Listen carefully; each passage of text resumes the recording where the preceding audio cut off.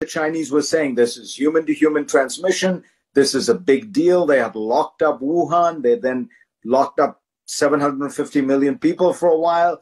So it was absolutely clear what was going on.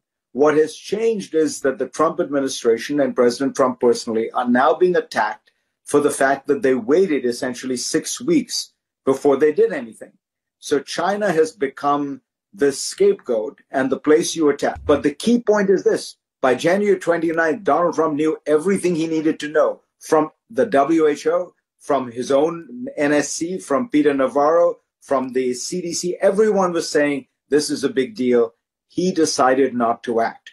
So now the focus is on the Chinese. And it's important to understand it doesn't really matter, Don, whether it came out of the lab or the market, because everyone agrees it was some kind of accidental transmission.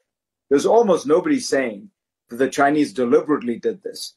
Why would they deliberately do something that would wreck their economy and kill tens of thousands of their own citizens, right? So the key issue is, why is it that the Trump administration has suddenly decided that the focus needs to be on whether this accidentally came out of a lab in China or accidentally came out of a wet market close by?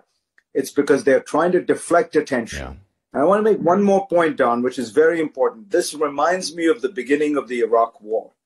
What you have right now is people in the White House and at the State Department forcing the intelligence community, pressuring the intelligence community to come to a conclusion that the intelligence community is clearly not yet ready to come to, may never come to, because the evidence is ambiguous and perhaps it's not the right answer.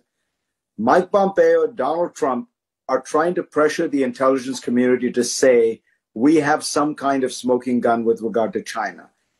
And this is the kind of politicized intelligence that led to the mistakes of the Iraq War, and we're watching it again.